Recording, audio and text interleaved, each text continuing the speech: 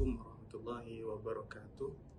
Pada kesempatan hari ini, saat ini saya akan mempresentasikan terkait analisis pelaksanaan pelayanan publik digital pada tripang.kalbar.prov.go.id. Sebelumnya saya akan memperkenalkan diri. Nama saya Kasbul Anwar, sebagai analis kebijakan ahli pertama bagian perekonomian Sekretariat Daerah Kabupaten Mempawah, dan sebagai peserta Latsar CPNS Angkatan 11 PPSDM Regional Bandung di kelompok kedua tahun 2025. Yang melatar belakang ini yaitu pada pemerintahan saat ini terus mendorong transformasi digital dalam pelayanan publik untuk mewujudkan birokrasi yang cepat, efisien, dan transparan. Di lingkungan pemerintah Kabupaten Mempawah terus berupaya terhadap digitalisasi untuk mewujudkan dan mengembangkan, termasuk dalam sistem teripang yang dikelola oleh Biro Administrasi Pembangunan yang dapat dilakukan oleh admin wilayah dan OPD masing-masing. Sistem ini berfungsi sebagai platform digital untuk melakukan pengelolaan, pemantauan, serta pelaporan pembangunan daerah secara elektronik. Masing-masing OPD atau admin wilayah instansi daerah masing-masing yang ada di Kalimantan Barat, termasuk Kabupaten Mempawah. Fokus tema dalam pembahasan ini adalah bagaimana sebuah sistem teripang ini menjadi bentuk nyata dari pelayanan publik digital untuk mempercepat proses perencanaan serta pengendalian pembangunan daerah, sekaligus meningkatkan transparansi dan akuntabilitas aparatur pemerintah. Analisis pelaksanaan pelayanan publik digital di sebuah sistem teripang ini terdapat 4 aspek utama dan kondisi serta kendala dan beberapa upaya solusi yang akan diambil. Aspek yang pertama itu adalah aspek sistem dan teknologi. Kondisi sekarang di dalam portal itu telah aktif untuk admin OPD, serta admin wilayah per wilayah di Kalimantan Barat. Tantangannya apa? Beberapa daerah itu belum optimal menggunakan sistem tersebut. Solusinya ke depan, harapannya itu dilakukan pelatihan penggunaan sistem dan peningkatan infrastruktur jaringan.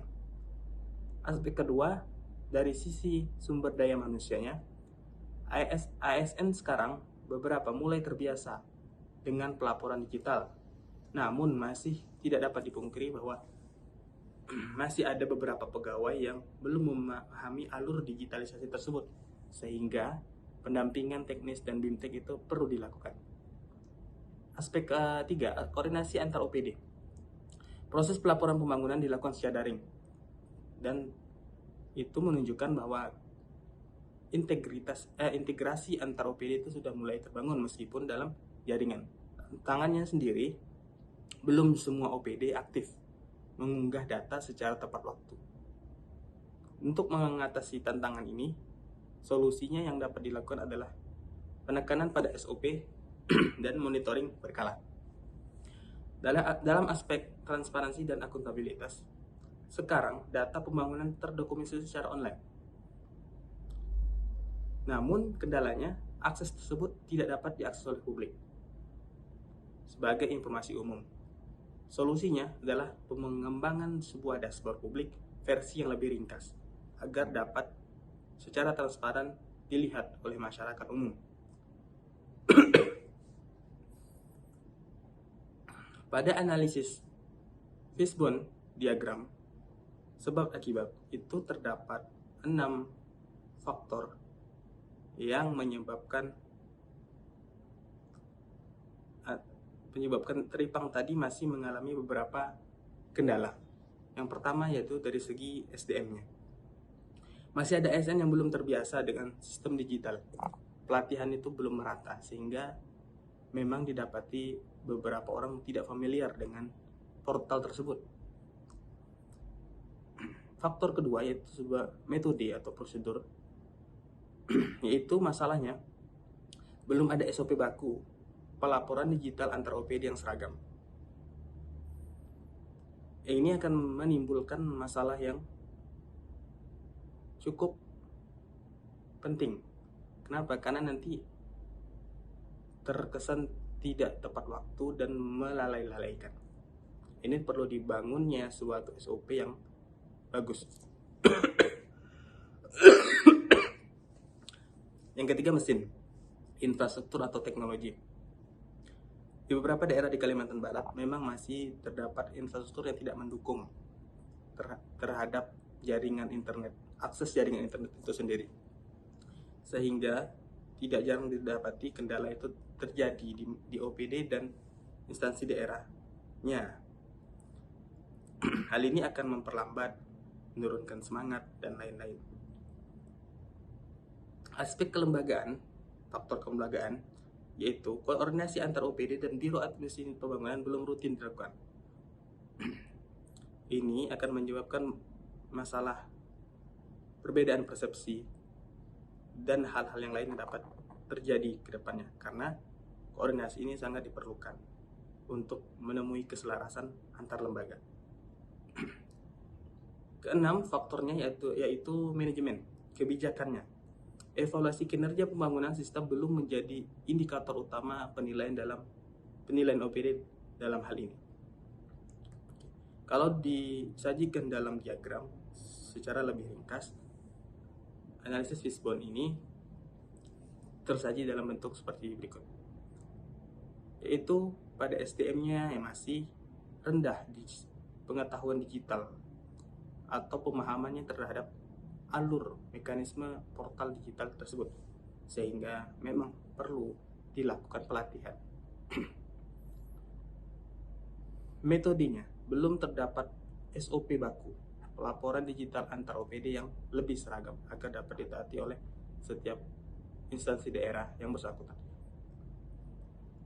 Pada sisi mesin dan teknologi, infrastruktur perlu ditingkatkan untuk kecepatan dan efisiensi. Lalu ada material, yaitu data pelaporan masih sering tidak lengkap dan tidak sinkron. Nah, ini tidak dapat dipungkiri bahwa beberapa data terkadang tidak tersaji secara detail, lengkap, sesuai kebutuhan. Ada beberapa data yang mungkin tidak terlampir dan lainnya. Nah, ini perlu ditingkatkan untuk agar kedepannya bisa menjadi perhatian. Selanjutnya, tingkat kelembagaan, tingkat manajemen, dan lain-lain itu juga perlu ditingkatkan. Selanjutnya itu ada analisis ESG, urgency, seriousness, dan growth. Itu terdapat 4 permasalahan. Sama juga dengan analisis Fishbone tadi. Dalam analisis ESG ini lebih dipetakan dari segi kebutuhan mendesaknya, tingkat dampak, serta potensi bertambahnya. Dari 4 permasalahan yang ada, itu didapati peringkat pertama terletak pada belum optimalnya pemanfaatan sistem Tripang di seluruh OPD. Ini menjadi perhatian khusus karena kebutuhan mendesaknya dan tingkat dampaknya itu memang sangat diperlukan untuk efisiensi, keterbukaan, transparansi terhadap kinerja data yang ada di pemerintah daerah. Yang ketiga dan yang keempat itu mendapati ranking ketiga, yaitu keterbatasan infrastruktur dan kurangnya integritas data. Sehingga didapati dari 4 permasalahan ini menjadi pusat perhatian adalah pengoptimalan pemanfaatan sistem Tripang itu untuk seluruh OPD dan admin wilayah atau instansi daerah. Tapisan McNamara terdapat 7 komponen filter yang harus diperhatikan. Yaitu yang pertama ada di mission. Pernyataan evaluasinya, apakah sistem digital ini sesuai dengan misi instansi? Maka jawabannya iya, karena mendukung misi Biro Administrasi Pembangunan untuk mewujudkan tata kelola pembangunan efektif, transparan, dan akuntabel. Begitu juga dengan 6 komponen filter lainnya. Pertanyaan tapis evaluasinya menyesuaikan. Yang pertama yang kedua yaitu customer. Siapa yang menerima manfaat utama? Otomatis di sini adalah OPD sebagai pengguna utama. Yang ketiga needs, kebutuhannya. Apa sistem menjawab kebutuhan nyata instansi? Jawabannya iya, karena sistem ini menjawab kebutuhan perencanaan dan evaluasi pembangunan berbasis data. Pendekatan apa yang digunakan dan apakah tepat sasaran? Pendekatan digitalisasi itu sudah tepat, namun perlu ditambah pendekatan human centered, yaitu pelibatan aktif penggunaan sejak perencanaan sistem. Jadi ini juga diperlukannya pendekatan human centered yang aktif dalam perencanaan sistem. Yang kelima, measurement. Pengukuran apa indikator terukur untuk menilai keberhasilan? Jumlah OPD aktif, kecepatan pelaporan, akurasi data, dan indikator kepuasan pengguna perlu lebih diperhatikan. 6. Analisis. Apakah hasil analisis data dan evaluasi sistem selama ini? Penggunaan Teripang meningkat, tetapi masih terkendala di SDM dan infrastruktur. Review dan action. Apakah hasil evaluasi ditindaklanjuti? Ya. Dengan rencana pembangunan sistem, pembauran fitur, dan pelatihan berkelanjutan untuk penggunaan di seluruh OPD. Tabel alternatif pemecahan masalah seperti tersaji di sini sebenarnya tadi sudah disinggung di slide-slide awal, yaitu fokus permasalahan utama itu pada 4 aspek ini. Yang pertama, literasi digital ASN yang kurang.